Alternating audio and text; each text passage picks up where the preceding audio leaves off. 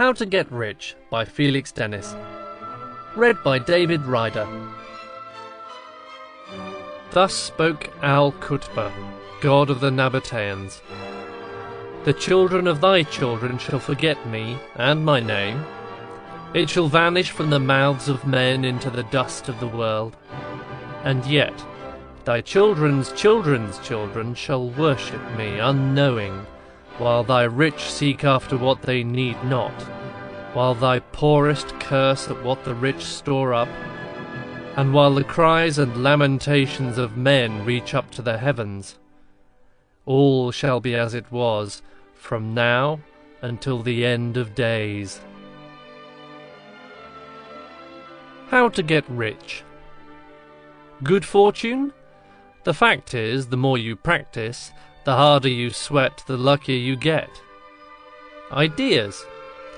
We've had 'em since Eve deceived Adam, but take it from me, execution's the key. The money. Just pester a likely investor. To get what you need, you toady to greed. The talent? Go sign it, but first wine and dine it. It's tedious work with a talented jerk. Good timing. To win it, you gotta be in it. Just never be late to quit or cut bait. Expansion? It's vanity. Profit is sanity. Overhead begs to walk on two legs. The first step? Just do it and bluff your way through it. Remember to duck. Godspeed and good luck.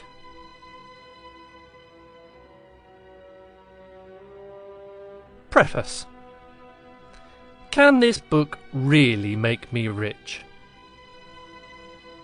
There are few ways that a man can be more innocently employed than in getting money. Samuel Johnson, from Boswell's Life of Johnson. Why would a rich person waste time writing a book to help other people get rich? Well, two reasons.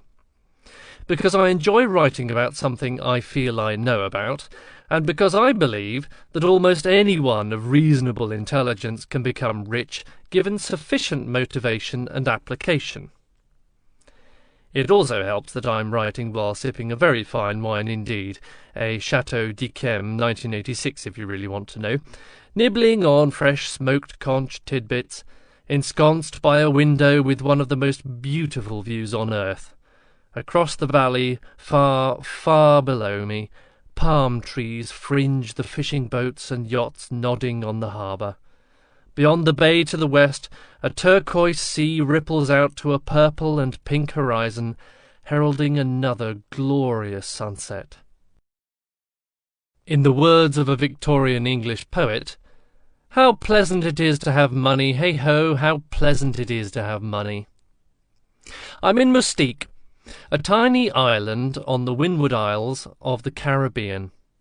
More specifically in my writer's cottage, a new study-cum-library some distance from the main house, built solely for one purpose, to permit me to write whatever I damn please in peace and quiet, which is usually poetry, by the way.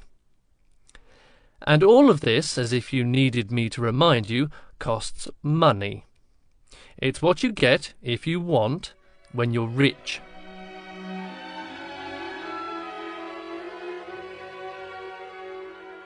So you aren't doing this for the money? Money is always welcome, but no. Very, very few authors become rich. The odds against it are too steep. Merchandising and brand extensions, like movies, games and toys based on fictional books, occasionally do the trick. But nobody's going to buy a toy called How to Get Rich, now are they?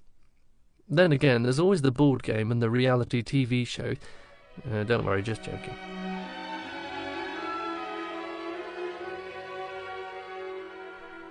Is this some kind of con job? Are you using a ghostwriter? Nope and nope. How to Get Rich is not a con job, and it is not being ghostwritten.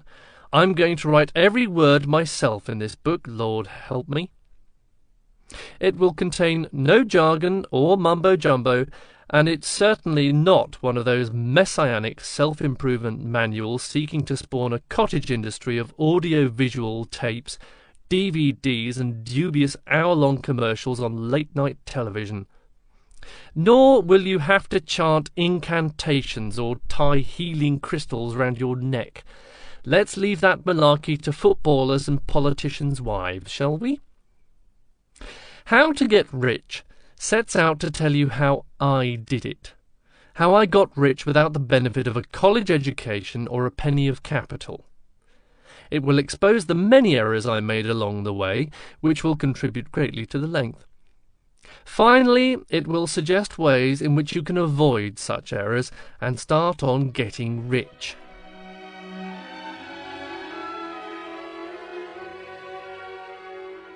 Can this book really make me rich? You'll be suggesting that it will improve my sex life next. Possibly to the first, it depends on your degree of motivation. In the event of that possibility materializing, the answer to your second comment is yes, it most certainly will.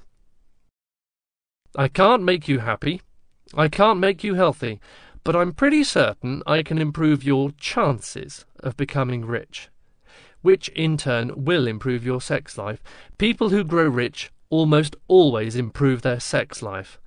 More people want to have sex with them. That's just the way human beings work. Money is power, power is an aphrodisiac. It even says so in the Bible. Wine maketh merry, but money answereth all things. Ecclesiastes chapter 9 verse 10. Money did not make me happy, but it quite definitely improved my sex life.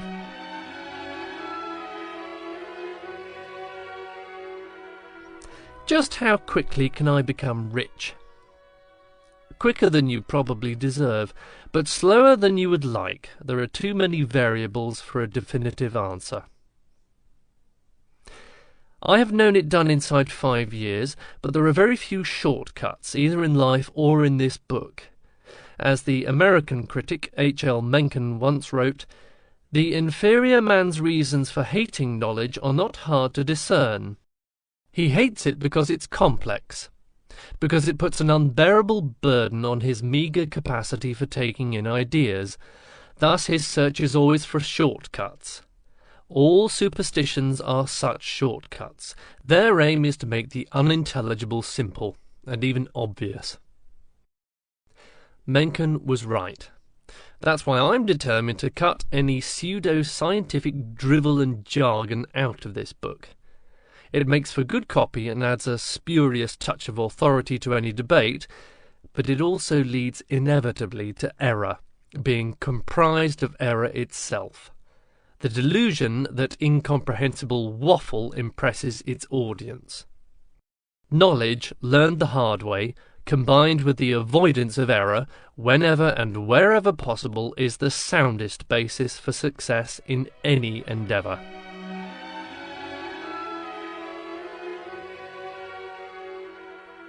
What will I need to do apart from reading the book? All the usual stuff, just as the brilliant reggae old-timer Jimmy Cliff used to sing in his most famous song, "You can get it if you really want." He succeeded, and so can you, but only if you really do want, and only if you try and try again, but we'll get to that later. The bottom line is that if I did it, you can do it. I went from being a pauper, a hippie dropout on the dole, living in a crummy room without the proverbial pot to piss in, without even the money to pay the rent, without a clue as what to do next, to being rich. And I am certainly no business genius, as my rivals will happily and swiftly confirm. Yet the odd thing is, I've ended up far richer than most of my rivals. How did you do it? Well, listen to the book and find out. Do I have to listen to your book from beginning to end? Nope. Dip in and out as you like. Make notes, jot down points you think apply, particularly to your situation and your personality, or make no notes at all. A book like this is a tool, not an artifact, and you do not have to agree with every point I make.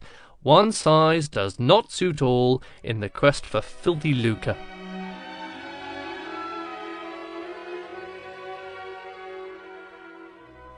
What's the difference between How to Get Rich and all the other books about becoming incredibly successful? Simple. I'm not a charlatan and do not profess to be a miracle worker. How to Get Rich is being written for amusement, not just effect or to earn a fortune in the so-called self-improvement industry, and because I have little left to prove in the field of generating wealth. My book is as truthful and as complete as I can make it. Lastly, I don't want to sell you anything else, like Volume 2 and then Volume 3, or a set of patronising videotapes or DVDs. All you see is all you get with How to Get Rich. I did not become rich by writing manuals telling other people how to get rich. I do not have pearly white teeth, and I do not stride onto TV studio podiums in casual suits costing $10,000, spouting mantras with a cover version of Simply the Best belting out from the loudspeakers in front of a staged audience of adoring so-called fans. I got rich my way. You might even say the old-fashioned way, by making errors. Lots of errors, and learning from them. Much of what I intend to share with you concerns those errors rather than my successes. In a nutshell, I'm not a mountebank. I'm just a guy that got rich in the real world, not in the self-improvement happy-clappy merry-go-round, where the only real winner is the weasel with the blow-dried hair.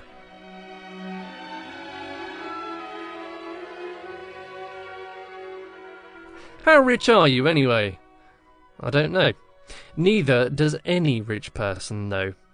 I haven't cashed in all my assets yet, and I'm not certain what they'll fetch.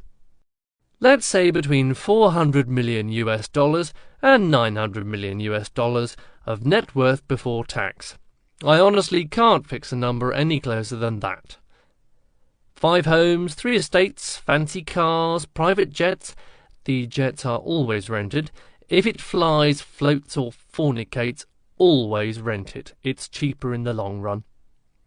Thousands of acres of land, art on the walls and libraries stuffed with first editions, bronze statues littering up the garden, chauffeurs, housekeepers, financial advisors, and the other personal staff coming out of my rear end. Oh, and thousands of bottles of fine wine in the cellars. Never forget the wine. Less the debt, of course. Around $30 million of debt. Rich people always have a certain degree of debt. Apparently it helps to reduce taxes, but I'm not so hot on the bean-counting side. In fact, I still haven't quite got the hang of a balance sheet. Amortization always floors me. But then I can't fly the jets or drive the Rolls-Royces or Bentleys either. I've never had the time or the inclination to learn. My constant refrain when I was bumming rides from my friends as a teenager was, "You don't understand, I was born to be driven." Both my friends and myself thought that was just a smart aleck remark back then. Now, I kind of wonder if I already knew, or at least suspected. 1 or 2 more questions, then let's move on.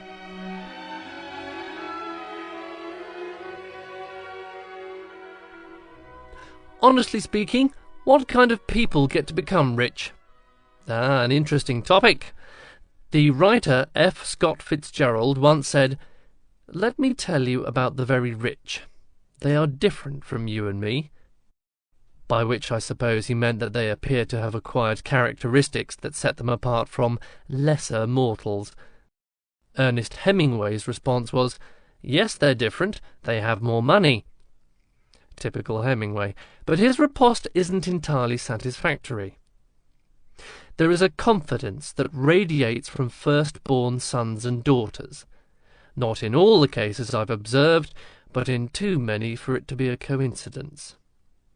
A similar confidence is to be observed more often than not in people who are rich, no matter whether they were born with it inherited it, or acquired it through their own efforts. You can see it in the way they walk into a hotel or restaurant they've never visited before, in the irritating disposition of rich women to haggle in an Oxfam shop over a designer dress, unlike any working-class woman who would be horrified at the thought of doing any such thing, even though she perhaps needs a discount, while the rich woman doesn't. You can see it, too, in the way the children of the rich appear to assume that the world was created entirely for their sole benefit. Money brings a kind of insouciance with it. It's among wealth's least attractive characteristics. Here is Richard Rumbold, an English Republican conspirator, speaking from the scaffold in 1685. I never could believe that Providence had sent a few men into the world, ready booted and spurred to ride, and millions ready saddled and bridled to be ridden. And neither, gentle reader, could I. I never could believe that. Whatever qualities the rich may have, they can be acquired by anyone with the tenacity to become rich. The key, I think, is confidence. Confidence and an unshakable belief it can be done, and that you are the one to do it. Tunnel vision helps. Being a bit of a shit helps. A thick skin helps. Stamina is crucial, as is a capacity to work so hard that your best friends mock you, your lovers despair, and the rest of your acquaintances watch furtively from the sidelines, half in awe and half in contempt. Luck helps, but only if you don't seek it. The answer to the question, then, is perhaps this. Not those who want to, and not those who need to, but those who are utterly determined to, whatever the cost.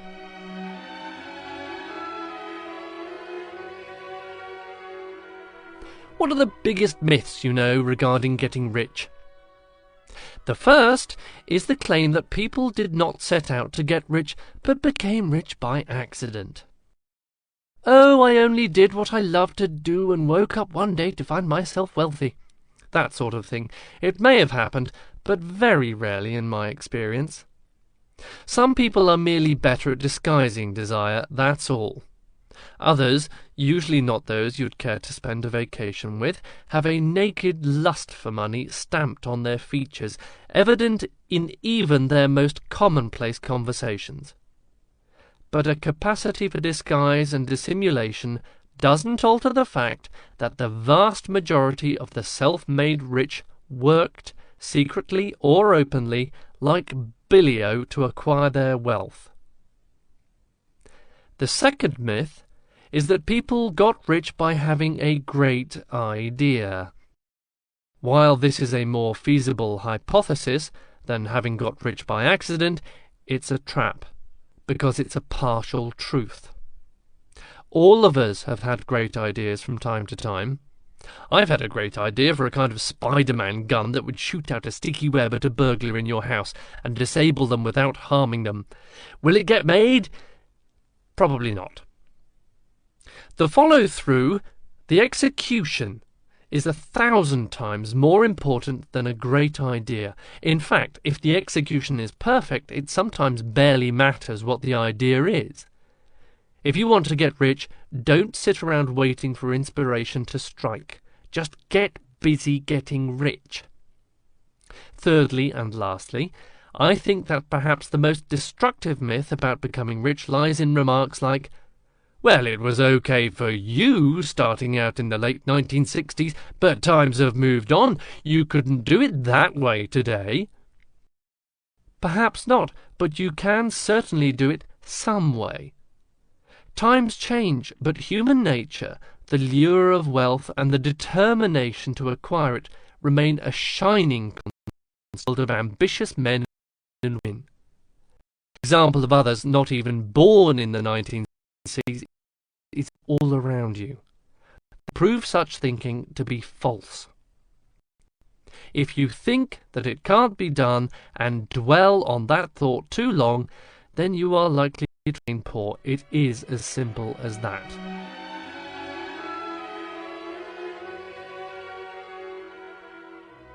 Why start a book like this with a poem?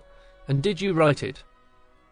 Yes, I wrote it, but that particular poem is more in the way of a nursery rhyme, and I began this book with a poem to demonstrate that becoming rich has given me the most precious thing in life.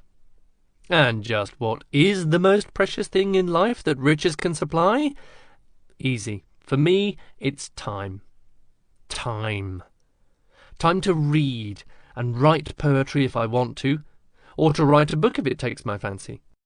Time to travel on the slightest whim, to walk in the woods, to think, to commission art, to read, to drink, to hang out with friends and loved ones.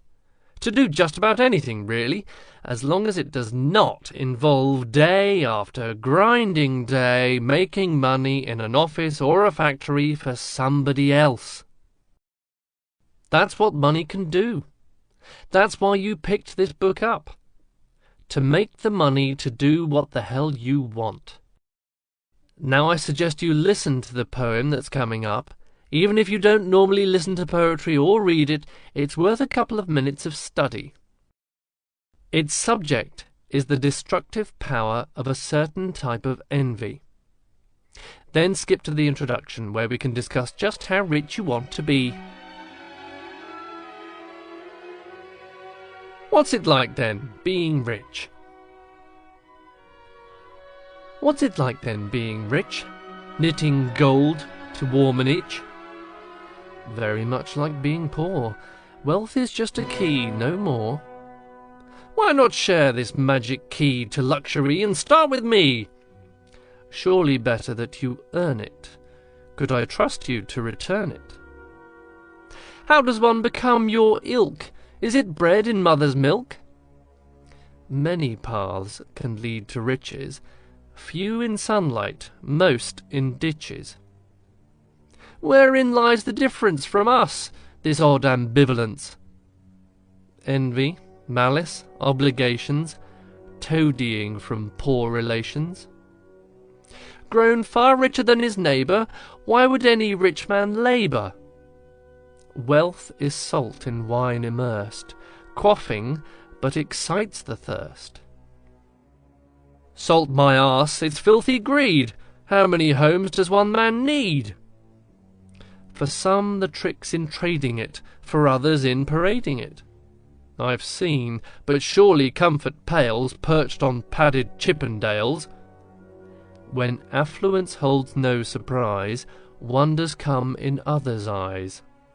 Aye, the eyes of tart and whore, what might you miss if you were poor? Time, the luxury of choices, first editions, old Rolls Royces.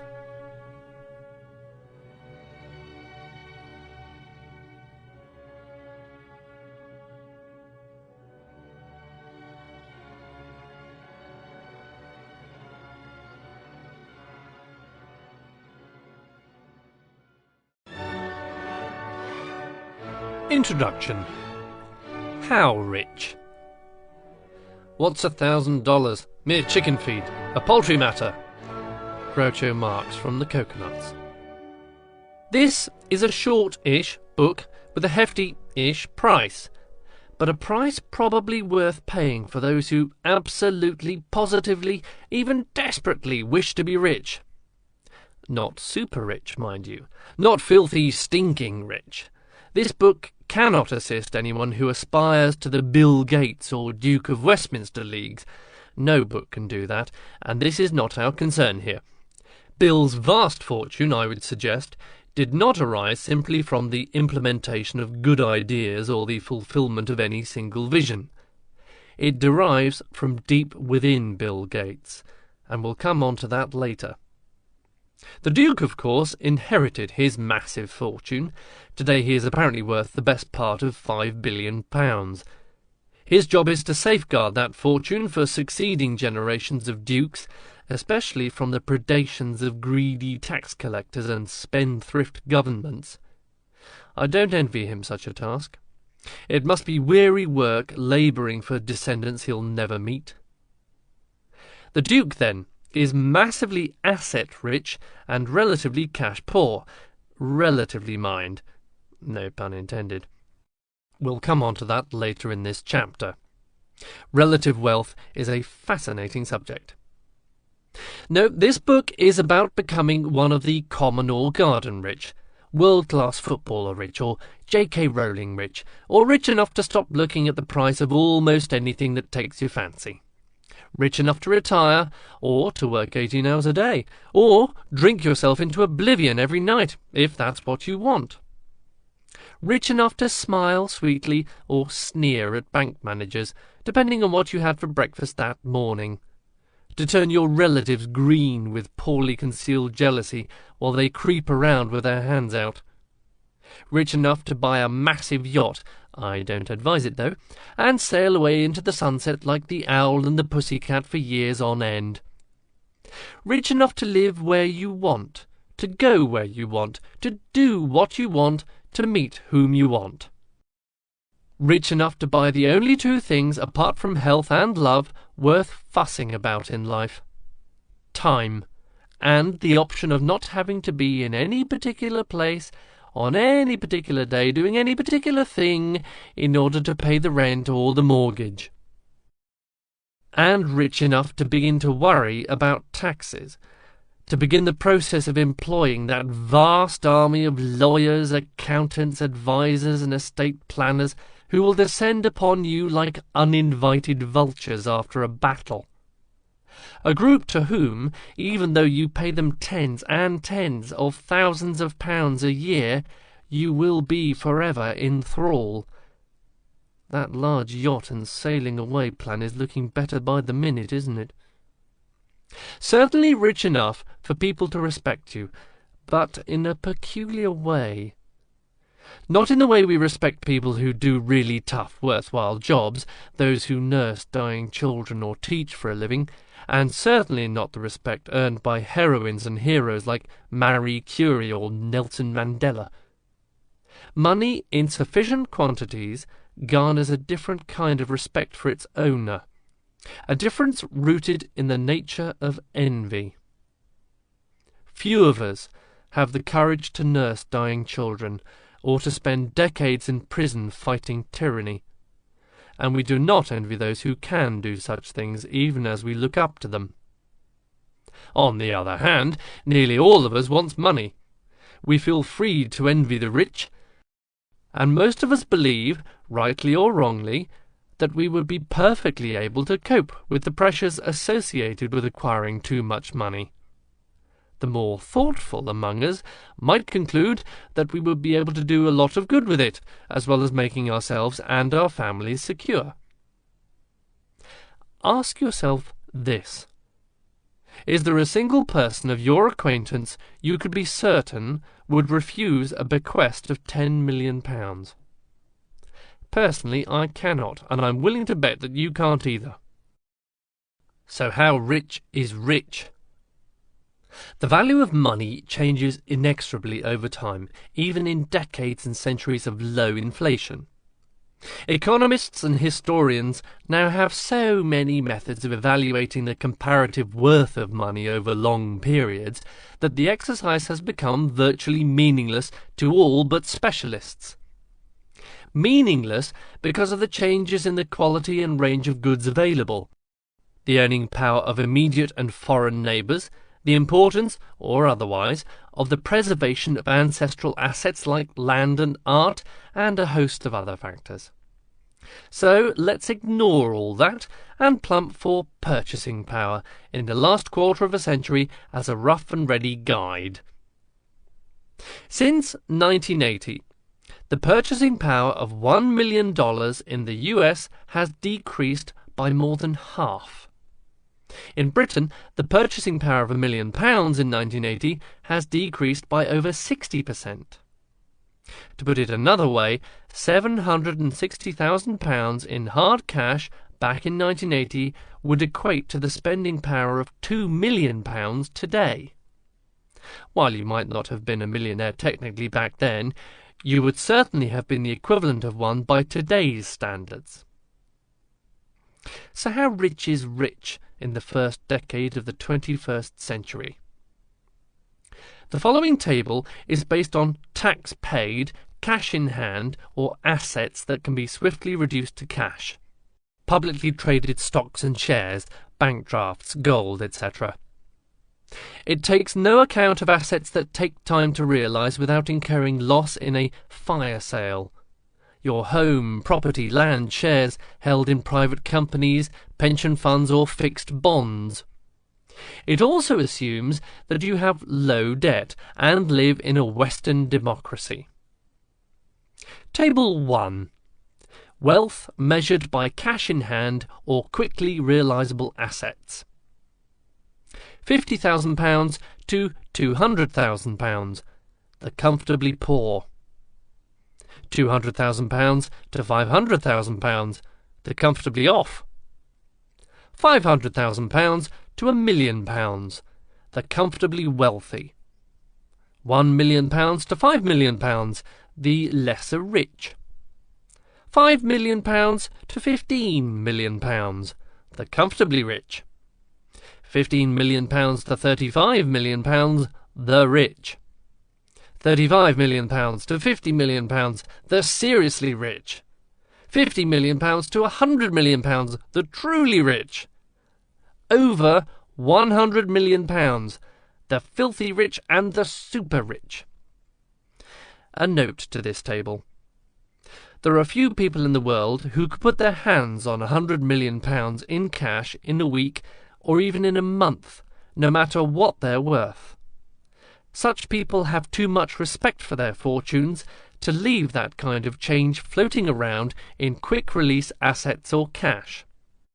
In addition, the reduction of any asset to cash very often leads to the imposition of capital gains tax, the equivalent of Black Death to the truly rich. If I had to find that kind of money, I'd have to borrow it, and then sell assets to repay the debt. As far as the total asset value or true net worth of a person is concerned, as opposed to the quickly realisable net worth, the numbers are very different, and different for a variety of reasons. Partly because of capital gains tax and other levies, partly because death leads to death duties, partly because of planned inheritance schemes and donations to trusts and charities, and mostly because few rich people can know their true net worth until all their major assets are sold off. It sounds crazy, but the richer you are and the more financial advisors you employ, the less likelihood there is that you can ever discover what you're really worth. It's a nice problem to have, but it's still a problem. This is why so many rich people distrust the rich lists and league tables of wealth published every so often in newspapers and magazines. We know that if we cannot calculate our true net worth, and if our paid armies of accountants cannot agree upon the figure, then compilers of lists and financial journalists certainly cannot do so with any real accuracy. In the words of the art collector and oil billionaire John Paul Getty, if you can actually count your money, you are not really a rich man. A final caveat concerning the total asset value of rich individuals is almost as obvious. Above a certain limit, it doesn't really matter to them how rich they are, give or take the odd miser and the odd 100 million. That is, it ceases to matter unless you are one of the intended heirs. Then it matters. Boy, does it matter. You might be surprised at the number of wealthy individuals who die without proper tax planning, or even intestate, a fancy way of saying that someone has died without a legally enforceable will in place. It is these intestate estates that so please the Chancellor of the Exchequer and his minions. If you die without a legally enforceable will, chances are the taxman will gobble up a great deal of what you left behind. This next table, then, shows my take on a person's total net worth, assuming you are not about to die, that you are prepared to take time to cash out such assets, and, again, that you have low debt and live in a Western democracy. Table 2. Wealth measured by total assets. True net worth. £1 million to £2 million. The comfortably poor. £2 million to £5 million, the comfortably off. £5 million to £15 million, the comfortably wealthy. £15 million to £40 million, the lesser rich.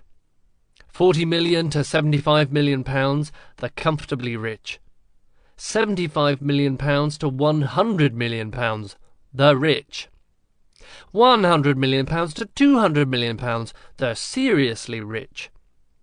£200 million to £400 million, the truly rich. £400 million to £999 million, the filthy rich. Over £999 million, the super rich. A note to this table. The importance of taxation upon assets in such a table cannot be underestimated. In certain circumstances, the true net worth of an individual or family might be reduced by as much as half, if little or no tax planning has been undertaken.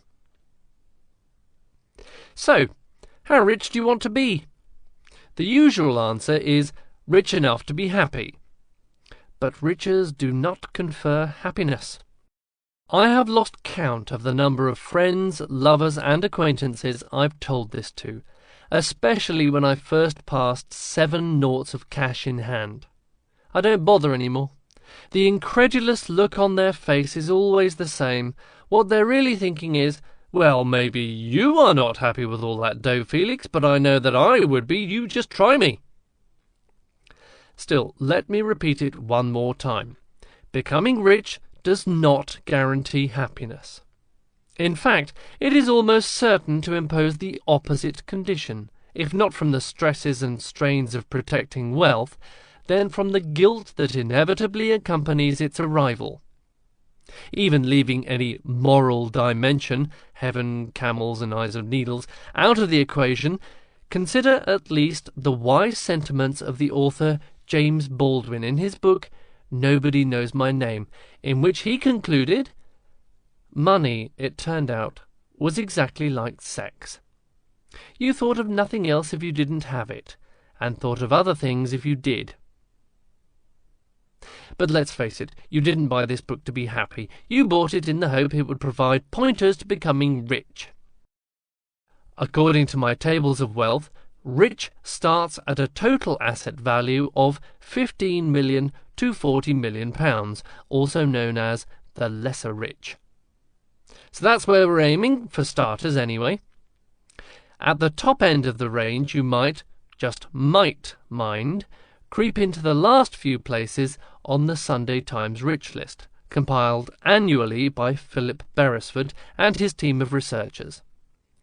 The STRL is the gold standard of league tables of the wealthy in Britain.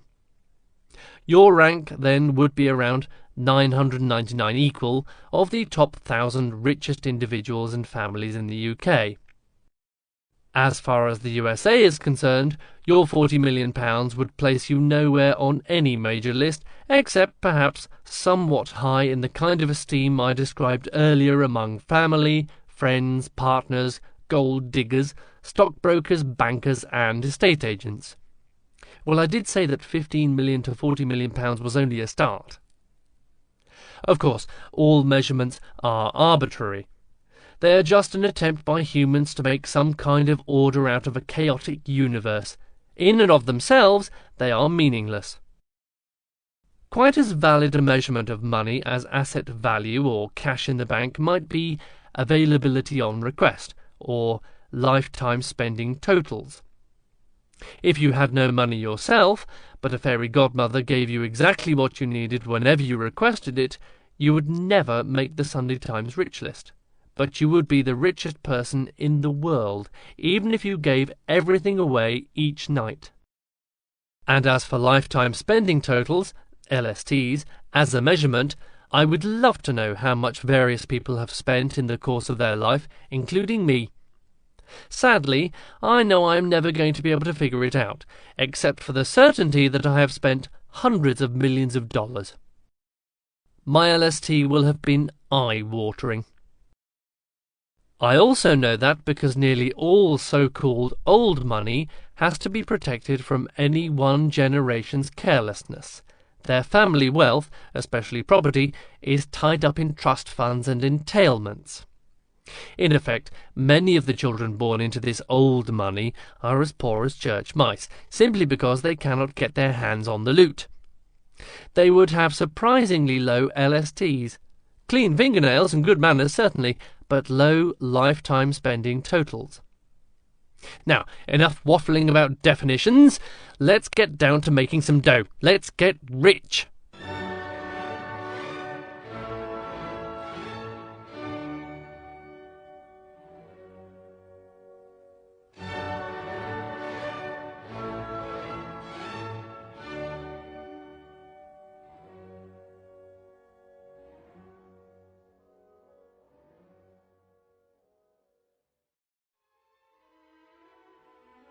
Part 1. Reasons not to get rich. Chapter 1. Pole positions. No task is a long one, but the task on which one dare not start. It becomes a nightmare. Charles Baudelaire. My heart laid bare. Ladies and gentlemen, start your engines. For a great many people, getting started on the road to wealth is the most difficult part, or so they believe. The nuances of each individual case need not concern us, but the difficulties as stated by virtually every wannabe I ever listened to on the subject usually fall into one of three broad categories, often age-related. If young and relatively penniless, many will argue their lack of experience and capital, especially capital, dooms them to decades of wage slavery.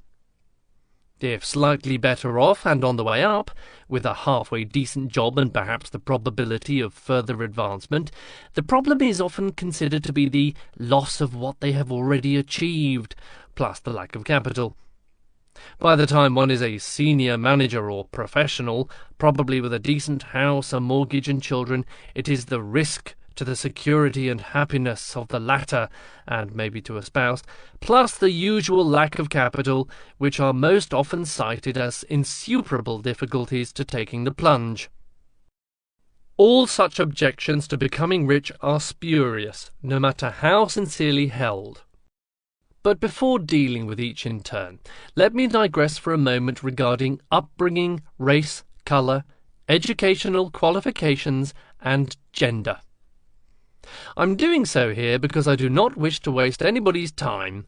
We will be touching on some of the circumstances described above shortly, but, in a nutshell, my experience has been that money is colour-blind, race-blind, sex-blind, degree-blind, and couldn't care less who brought you up or in what circumstances. Money is one of the most neutral substances on earth. Others may conspire against you obtaining it through bigotry or prejudice, but they can only succeed if you permit them to. The object of your goal, in and of itself, is non-sentient. If you truly believe that your race, sex, or upbringing can keep you from becoming rich, then you had best give up here. Either return this book to the shelf, or, if you've already bought it, return it to the bookstore for a refund, or give it to a friend. You may obtain the refund or please your friend, but you'll never get rich.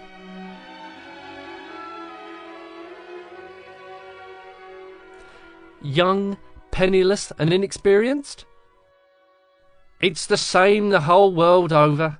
It's the poor what gets the blame. It's the rich what gets the pleasure. Ain't it all a bleeding shame? Variety Hall song from around 1915. Excellent! You stand by far the best chance of becoming as rich as you please. You have an advantage that neither education nor upbringing nor even money can buy. You have almost nothing. And therefore you have almost nothing to lose. Yes, I know you've heard it all before. But consider for a moment. Nearly all the great fortunes acquired by entrepreneurs arose because they had nothing to lose. Nobody had bothered to tell them that such and such a thing could not be done or would be likely to fail. Or if they had been told, then they weren't listening. They were too busy proving those around them wrong, without even meaning to. Not knowing that something cannot be done, you are likely to waltz into uncharted minefields where angels before you have feared to dance. Astonishingly, you may be fortunate enough to succeed to some degree or another. Conventional wisdom will then be revised by those around you, and the next generation will be taught that what you did can always or often be done, only to discover when they attempt it themselves that in reality you missed every landmine by pure dumb luck. Never trust the vast mountain of conventional wisdom. It contains great nuggets of wisdom, that is true, but they lie alongside rivers of fool's gold. Conventional wisdom daunts initiative and offers far too many convenient reasons for inaction, especially for those with a great deal to lose. Fortunately for you, you do not have anything to lose, and can afford to ignore the Jobsworths and Jeremiahs who have lived upon the mountain for so long that they have come to worship it. Nor is a propensity for risk-taking your only advantage. You have stamina far, far beyond those who are 20 or 30 years older. The stamina necessary for long, grinding hours of labour in the cause of getting rich. Stamina enough to party all night and go straight back to work for a 12 or 16-hour day. I remember such stamina fondly. You have no idea how much the stamina of the young is envied by the rest of us. Along with a degree of callousness and enviable powers of speedy recuperation from reverses, stamina is your secret weapon. Its attributes will see you through a raft of catastrophes that would virtually annihilate older men and women. In addition, your instinctive knowledge of modern technology gives you another edge. All those hours spent playing computer or video games might not have been such a waste after all. At least you know the difference between an iPod and a JPEG. And knowledge is power, at whatever age, whether earned by blood and tears or imbibed at a mother's breast. Treasure that instinctive knowledge. I still own half of the personal computing magazines in Britain: PC Pro, Computer Shopper, Computer Buyer, Mac User, Custom PC, in part because of an early addiction to pinball and electronic arcade games. While I knew nothing of computing, and still do not, the instincts honed by countless hours of shoving money into slots forewarned me of their potential. The first few £1,000,000 I ever trousered were a direct result of trusting instincts entirely at odds with conventional wisdom of any sort. Two immediate examples leap to mind. As we will see in more detail later, I published a series of 8-page, full-colour, folded posters, with headlines and articles printed on the back, and charged the same cover price as magazines with 10 times that number of pages. The result was dubbed a poster magazine, and sold millions of copies around the world. Nobody had told me it couldn't be done because nobody had done it before. Similarly, as previously noted, I launched half a dozen magazines about a new fad called personal computing back in the 1980s, even though British magazine retailers and wholesalers at the time were unanimous in their belief that nobody will ever buy them. Those magazines have earned me tens of millions of pounds in the last 25 years and are still earning me money today. Conventional wisdom is usually right, but when it's wrong, it can offer quite extraordinary opportunities for those too stubborn or inexperienced to pay attention to well-meaning naysayers. Perhaps most importantly of all, as a young and penniless and inexperienced person, you are not an